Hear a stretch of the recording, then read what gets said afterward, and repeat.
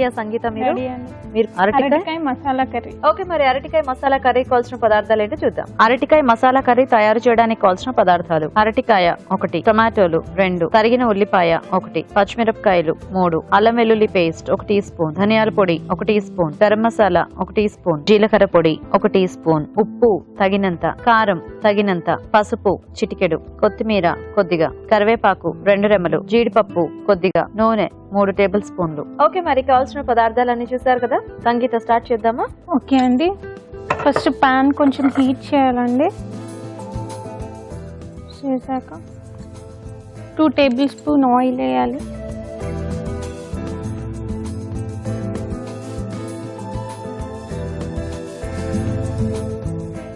Oil heat అయ్యాక onions వేయాలండి.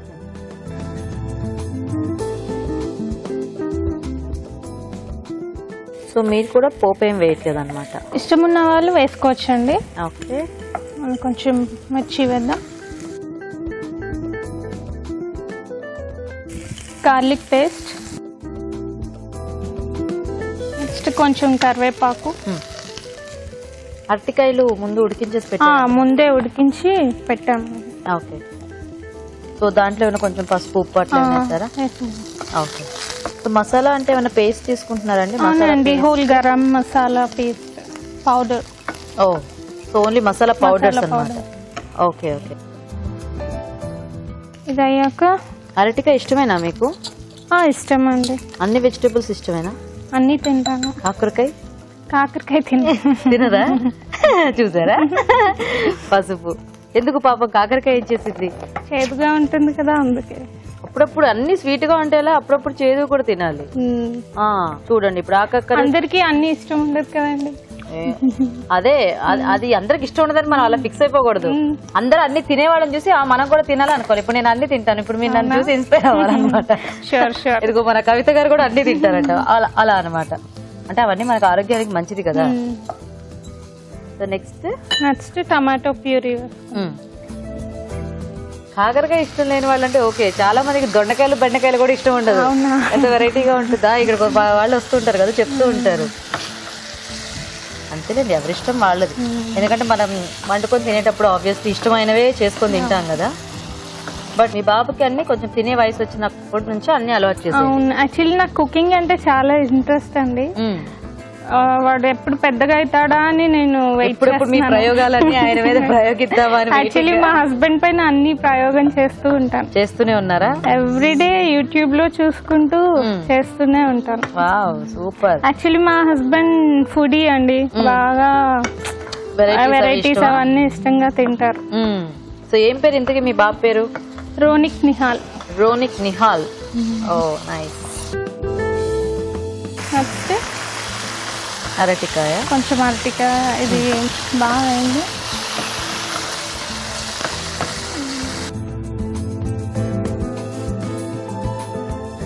కొంచెం క్యాష్యూ పేస్ట్ కూడా వేస్తున్నానండి, కొంచెం గ్రేవ్ కోసం. థిక్ గ్రేవీ వస్తుంది. అయితే మీకు పెళ్ళప్పటి నుంచి వంటలు వచ్చా అండి? పెళ్ళప్పుడు అసలు ఏం రావండి, పెళ్ళి అయ్యాకే అన్ని నేర్చుకున్నాను. మొత్తం ప్రయోగాలన్నీ మీ వారి మీదే అన్నమాట. పెళ్ళి అయ్యాకే నాకు ఇంట్రెస్ట్ వచ్చింది యాక్చువల్లీ ఫుడ్ పైన. ఓహో, అంతకు ముందు అయితే అసలు ఏమీ రాదు. ఓకే, సో అప్పుడు అన్ని మీ ఓన్ గా రెసిపీస్ అట్లా ట్రై చేసేస్తూ ఉండేవాళ్ళ, లేకపోతే అడిగి చేస్తూ ఉండేవాళ్ళ? ప్రతిదీ ఎవ్రీథింగ్ యూట్యూబ్ లో చూసుకుంటూ చేసేదాన్ని. ఇప్పుడు అన్ని పర్ఫెక్ట్ అయిపోయారా? సూపర్. ఎన్నాళ్ళైంది మీ పెళ్ళై? 2 years. 2 years అవుతుందా? ఓ నైస్. దీంట్లో వాటర్ ఏమైనా యాడ్ చేద్దామా, అక్కర్లేదా? కొంచెం అయ్యాక చేద్దామా?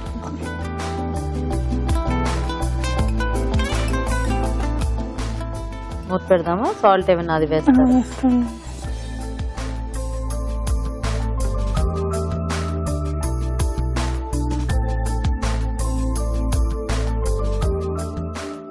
ఇప్పుడు కొంచెం వాటర్ వేసుకుందామండి.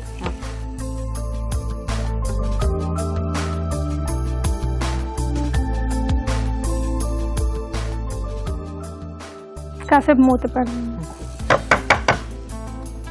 కొంచెం అరటికాయ ఫ్లేవర్స్ పట్టేస్తే మిగతా పౌడర్స్ యాడ్ చేసుకోవచ్చు కదా. చూద్దామా?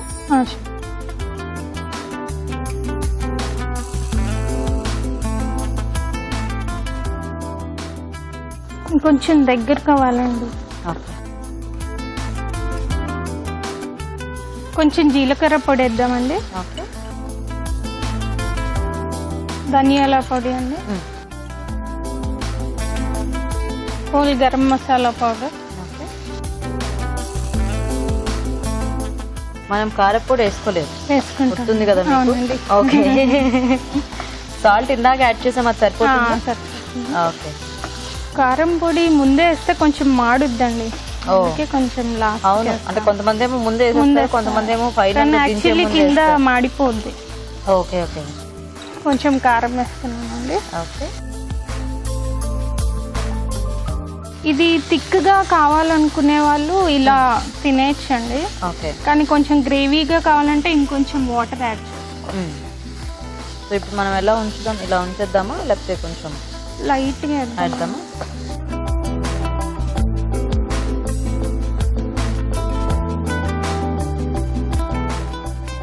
బనానాస్ ఆల్రెడీ బాయిల్ అయ్యాయి కాబట్టి ఎక్కువసేపు మనం ఉంచాల్సిన అవసరం లేదు. మరీ సాఫ్ట్ అయిపోయినా మనకి అంతా మెత్తగా నలిగిపోతాయి. నైస్, బాగుంది. మసాలా ఫ్లేవర్స్ అవి మంచి ఫ్రెష్గా చేసుకుని వేసుకుంటే మనకి ఆ నైస్ స్మెల్ వస్తుంది కదా. ఇప్పుడు లాస్ట్ ఫైనల్లీ కొత్తిమీరతో గార్నిష్ చేయండి.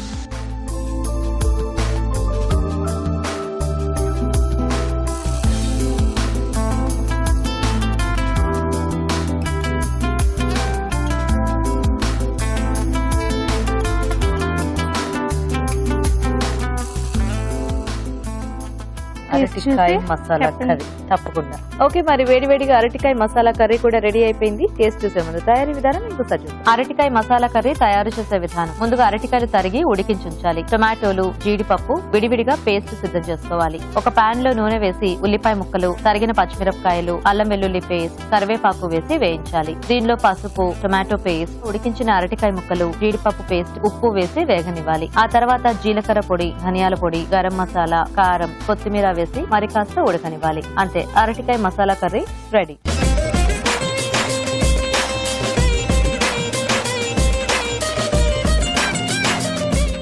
అరటికాయ మసాలా కర్రీ తయారీ విధానం చూసారు కదా రాజు గారు, ఇది కూడా టేస్ట్ చూసిద్దామా? తప్పకుండా.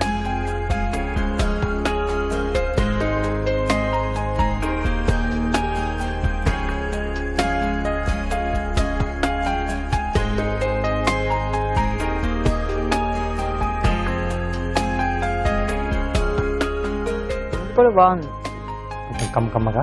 అరటికాయ చాలా సాఫ్ట్ గా బాగా కుక్ చేశారు, కొంచెం స్పైసీగా, అయితే స్పైసీగా. నైస్. సో రెండు కూడా అంటే సింపుల్ రెసిపీస్, బట్ ఇలా కొంచెం వెరైటీగా చేసుకోవచ్చు అప్పుడప్పుడు. అరటికాయ దగ్గర ఓన్లీ ఫ్రై అవే ఎక్కువగా అదే చేస్తూ ఉంటారు. సో ఇలా కొంచెం ఆ మసాలా పేస్ట్ లో యాడ్ చేసి చేసుకోవడం.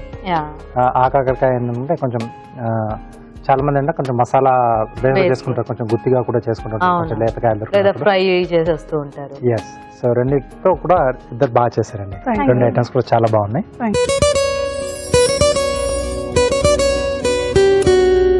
ఇప్పుడు మీకోసం మొదటి చిట్కా. మామూలుగా మనం పాలలో నుంచి, పెరుగులో నుంచి మేగడ తీసుకుని ఫ్రిడ్జ్ లో స్టోర్ చేసుకుని ఆ తర్వాత నెయ్యి కాసుకుంటూ ఉంటాం. ఈ నెయ్యి మరింత కమ్మగా సువాసన భరితంగా ఉండాలి, వాసన రాకుండా ఉండాలి అంటే ఈ మీగడలో కొద్దిగా ఒక 1/2 టీ స్పూన్ పంచదార కనుక వేసుకుని ఫ్రిడ్జ్ లో స్టోర్ చేసుకుని అవకాశం ఉన్నప్పుడు నెయ్యి కాసుకున్నట్లయితే నెయ్యి కమ్మగా ఉండడమే కాకుండా మంచి సువాసన భరితంగా ఉంటుంది.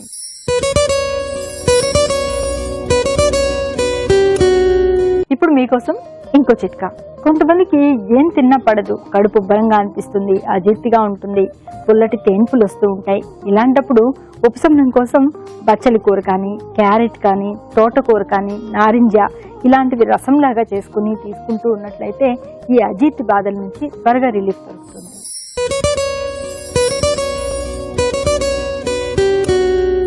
ఇప్పుడు జామకాయల సీజన్ కదండి, వీలైనంత వరకు జామకాయలు తినడం ఆరోగ్యానికి అన్ని విధాలుగా మేలు.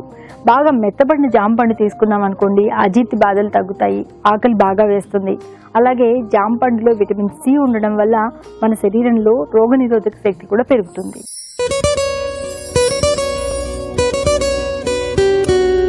క్యారెట్, ముల్లంగి ఇలాంటివి మనం వండుకునేటప్పుడు వాటి ఆకులు తీసేసి అలాగే వండుకుంటూ ఉంటాం కదా, అలా కాకుండా ఆకులతో కూడా కలిపి వండుకున్నట్లయితే మరిన్ని పోషకాలు మనకు అందే అవకాశం ఉంది.